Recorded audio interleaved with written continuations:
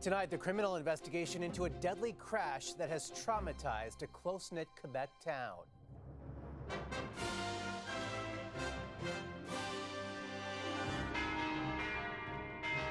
A grieving community confronts a horrific reality. And especially a little city like Amqui, it's a big impact. What police are saying about the suspect.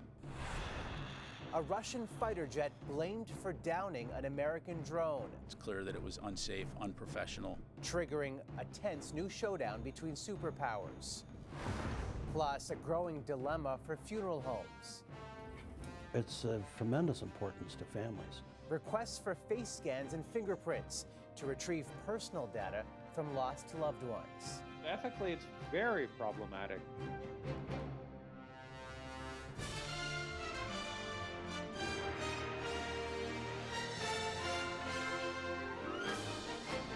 CTV National News with Omar Sachedina. Good evening, everyone. A Quebec man accused of turning his pickup truck into a dangerous weapon was charged today for striking pedestrians, leaving 2 men dead and 9 others injured. It happened in Amqui, the kind of close-knit town typical of so many right across this country, and where there is both heartbreak and anger. CTV's Quebec Bureau Chief Geneviève Beauchemin is in Amqui tonight. Geneviève. Omar, tonight the people of Amqui are struggling to understand how this happened. Why? Half a kilometer from the crime scene, people gathered at the courthouse. Here to see Steve Gagnon, the 38-year-old suspect, one of their own neighbors. Some were angered by what they believed was a smile on his face. I'm here in solidarity with the victims, says Ginny Ouellette. I saw them on the ground yesterday. She knew some of them. Gagnon was charged with 2 counts of dangerous driving causing death. More charges could come.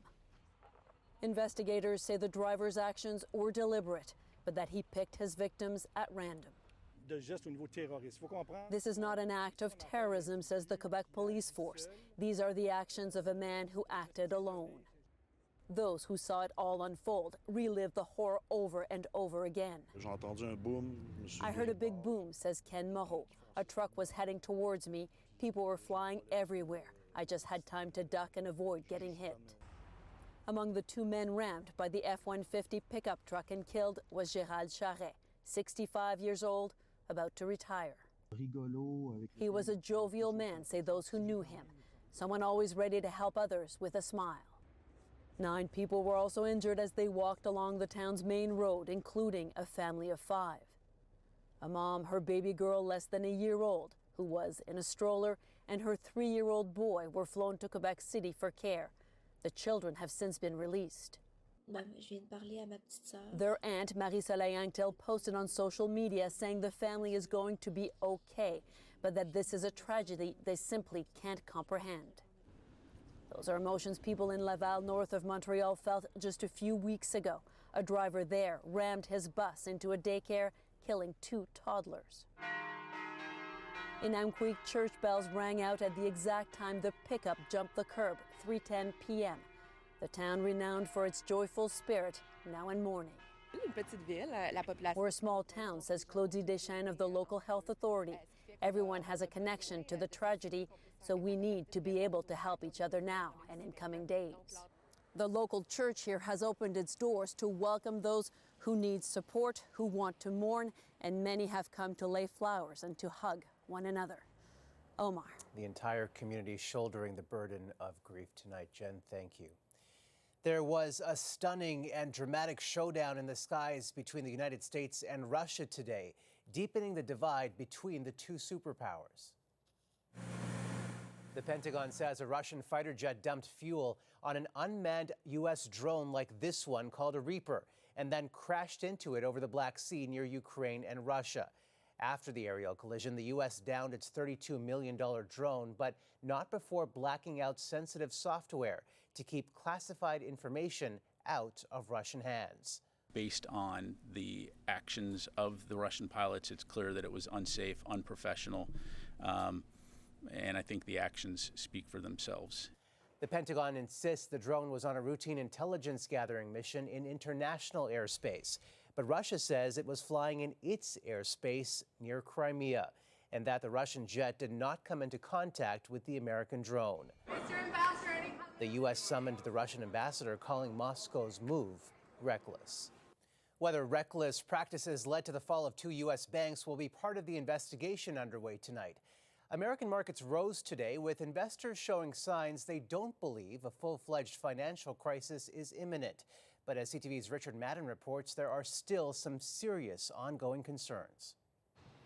In the aftermath of 2 stunning failures, global ratings agency Moody's downgraded America's banking sector from stable to negative to reflect the rapid deterioration in the operating environment following the collapse of Silicon Valley Bank and Signature Bank. I mean, there is a lot of angst. I mean, those banks did have runs, meaning depositors got nervous and started pulling their money out, and people started looking around, wondering what about their bank. Moody's says emergency actions by federal regulators to get customers their money back help boost confidence in the system, but identified 6 regional banks it says remains vulnerable. The Justice Department and Securities Exchange Commission are reportedly both investigating what caused the failure of Silicon Valley Bank and possible stock sales by company executives before the collapse. It's with incredibly heavy heart. New video of the bank's CEO has emerged from the day regulators seized control. Gregory Becker urged his workers to hang in there. Can you guys just hang around, try to support each other, try to support our clients, work together, which may be a slightly better outcome than where we are right now. While the crisis appears to be contained, Democrats and Republicans blame each other for the mess. Unfortunately, the last administration rolled back some of these requirements. 2 big banks yesterday closed. That's a bad sign. That could be the beginning. We have an economy that's in shambles. Analysts partly blame the troubles on rising interest rates, with the Federal Reserve signaling another hike next week. Given what happened in the banking system, it probably argues, at least from my perspective, that they should stop, pause, take a look around, see what kind of damage. It sounds like the Fed's in a bit of a tight spot. Oh, I mean, they got a tough job, right? I mean, think about all the moving parts here. Federal regulators insist America's large banks are healthy and are now reviewing the balance sheets of smaller ones, looking for any cracks. And those should be made public about 2 weeks from now. Omar.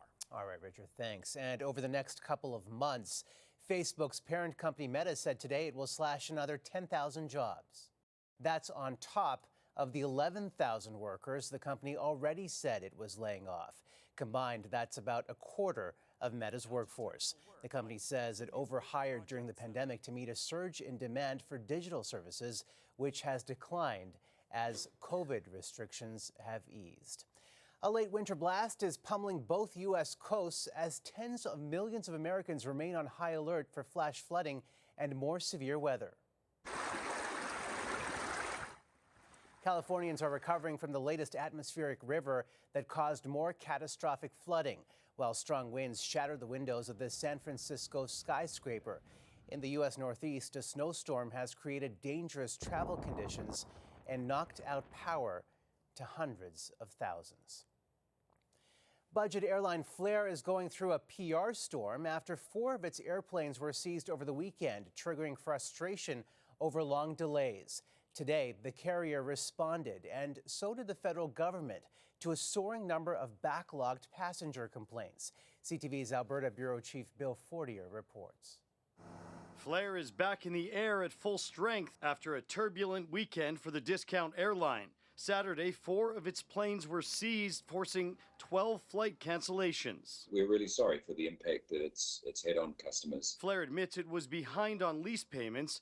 Its CEO calls that a normal business practice and claims it's being targeted. We think that the seizure of these aircraft was connected to conversations with another airline. There are airlines out there that don't want Flair to exist. The lessor, Airborne Capital, rejects the allegations and says the seizures came following a 5-month-long period during which Flair was regularly in default of its leases by failing to meet its payments when due. with payment arrears reaching millions of dollars. I think what Mr. Jones is doing is basically going on damage control. This industry expert doesn't buy Flair's accusations and says this appears to be a simple case of a company that couldn't pay its bills. This was a commercial transaction that went south real quick. Lessor had lost patience with Flair. Passengers with Flair are left hoping they'll find a plane at the gate. I would say I'm nervous about flying with them, but hopefully it all works out. I don't want that to happen to me, and I don't wish that to anybody either. Flair's misstep comes at the tail end of a tumultuous time for air travel in Canada, with massive disruptions starting last summer as the industry bounced back from the COVID pause. It led to a backlog within the Canadian Transportation Association of 42,000 complaints. Travelers have experienced unacceptable delays. Today, the Transportation Minister offered up $76 million. The agency will be able to hire more staff to handle complaints and improve its procedures. The minister also promised to eliminate a loophole that allows airlines to cancel flights without compensating passengers by citing safety concerns. The passenger rights reforms are expected in the spring. Omar. All right, Bill, thanks. The heated debate over alleged Chinese interference in Canada's federal elections was reignited in Ottawa today when Liberal MPs blocked opposition efforts to get the Prime Minister's Chief of Staff to testify before a House committee. CTV's senior political correspondent Glenn McGregor has the details. With respect to foreign interference, one after another, Liberal MPs talked. I think that what we need right now is not this kind of really partisan attack. And talked. I think it's important that people also understand what is a public inquiry. And talked out the clock. Hours of filibuster to delay a motion brought by Conservative MPs to call the Prime Minister's top aide, Katie Telford, to testify about what she told him about intelligence reports on Chinese interference in Canadian elections. The NDP supports the motion, but it wants it expanded to also call Conservative strategist Jenny Byrne. The Liberals say forcing aides to testify would breach the principle of ministerial accountability. To ask an individual to come that is a staffer is completely inappropriate. Mr. Poilievre knows that, and he's been saying that for years. Indeed, Pierre Poilievre agreed in 2010 when a Conservative cabinet minister appeared at a committee in place of an aide to then Prime Minister Stephen Harper. In the case of the witness that in question, Mr. Sudas, the Prime Minister has asked me to attend as a... But unless the opposition relents, Telford will eventually be summoned before the Procedure Committee. Today, the Conservative leader accused the Prime Minister of hiding the truth. I think Justin Trudeau has inspired a lot of suspicion by his refusal to, one, answer questions about his knowledge of Beijing's interference to help him in two successive elections. Opposition parties want a full public inquiry. It should be an independent process, and it should be a public process that helps restore some confidence in our electoral system. The Prime Minister says the decision on an inquiry will be up to the special rapporteur he appoints. It's not about what one political party says or another. It's about making sure that experts are stepping up. Today, Trudeau said a decision on which eminent Canadian will take on the role of special rapporteur is coming soon, within days or a week. Omar. Glenn McGregor in Ottawa. RCMP in British Columbia are investigating after 17 wild horses were shot about 65 kilometers west of Kamloops near the town of Wallachine. So far, there's no motive for what Mounties are calling a, quote, disheartening act. RCMP in Manitoba have cracked a multi-million-dollar cross-Canada drug trafficking operation. Among the nearly 24 people arrested is a member of the Special Investigations Unit at Manitoba Finance. Here's CTV's Manitoba Bureau Chief, Jill Mackishon. Laid out here, the seizure: guns, drugs, cigarettes, and money. The proceeds from a cross-Canada crime network, and RCMP say a member of the investigative team was among the 20 people arrested. We began to see that information about police enforcement plans were being leaked from an inside source at Manitoba Finance. Donovan Syred, a 50-year-old special investigator, is facing a number of charges, including bribery of officers and breach of trust. And at this federal lab, which houses some of the world's deadliest viruses, another arrest. A commissionaire, a guard, who worked here, and police say met with the alleged dealers on lab property. And then would store and traffic drugs for this criminal organization while at work. But the mastermind, police say, was a 36-year-old Manitoba man who was working a trafficking network extending from Moncton, New Brunswick through Toronto all the way to Vancouver. In Manitoba, the drugs flowed beyond Winnipeg into rural areas. The total seizure, approximately $2.5 million, RCMP call it significant. It will create a large disruption to the drug networks in this province. Police have issued arrest warrants for 2 more people. In the meantime, internal investigations are underway at Manitoba Finance and here at the National Microbiology Lab, where officials will review security procedures. Jill Makashon, CTV News, Winnipeg. Coming up after the break. People have a tremendous amount of personal and private information trapped in their phones. A digital catch-22 over the dearly departed. Plus, the protest and growing piles of trash in Paris.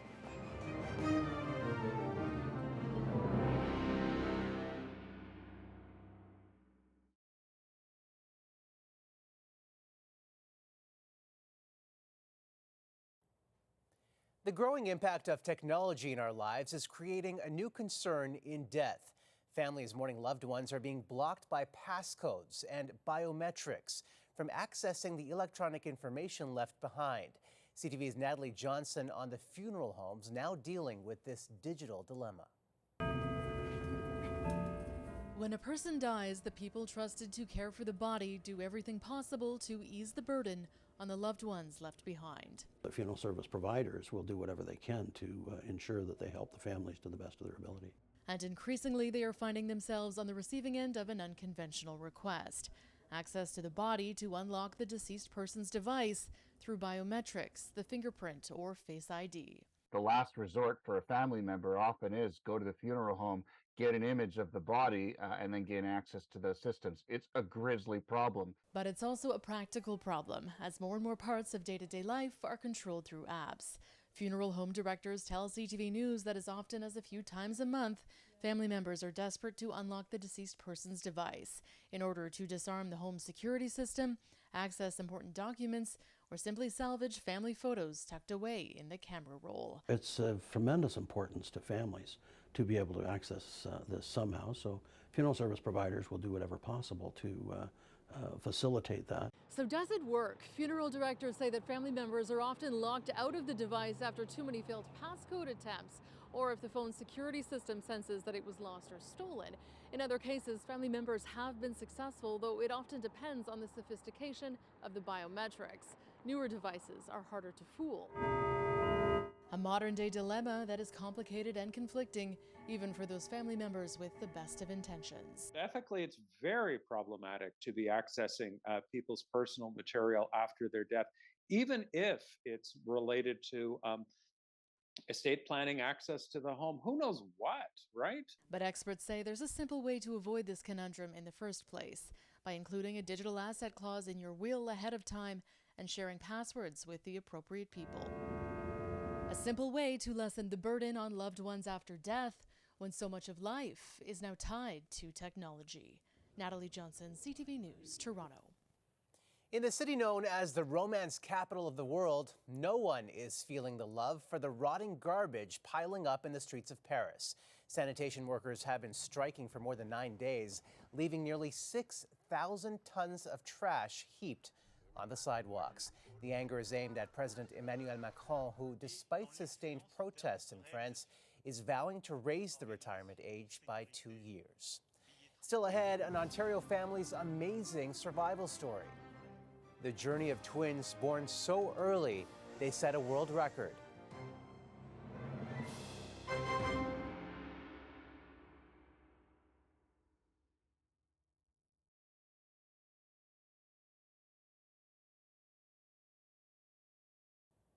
A brother and sister duo from Ontario have made their way into the Guinness Book as the world's youngest surviving premature twins. When Adia and Adriel were born at 22 weeks, each barely fit into their mother's palm. Even before the babies were born, doctors told the parents their children wouldn't make it, but they were not deterred by the crushing news. It was our duty as parents to fight for them, to fight and keep advocating for them to receive life-sustaining measures. This month, the family celebrated 1 year since the two came into the world. Gratitude, feeling blessed that we are here, on the other side. And today, the twins are happy and healthy. Adorable. Happy belated birthday. Edmonton police say charges are pending after a topless protester interrupted the Juno Awards last night. The 37-year-old walked up on stage with the words "Land Back" and "Save the Greenbelt" painted on her body, apparently in a move to draw attention to the Ontario government's decision to open a protected area of land for development. It all happened as Canadian singer Avril Lavigne was presenting the next performer. Get the f*** off. Security then escorted the protester off stage. The CFL's Grey Cup game is coming back to Winnipeg. The city will host the 112th edition of the championship in 2025. Winnipeg has had the game 4 times. Hamilton will hold this year's event and Vancouver next year's. After the break, owning the podium at the NFL's Big Data Bowl, the Canadian University students who crushed the competition.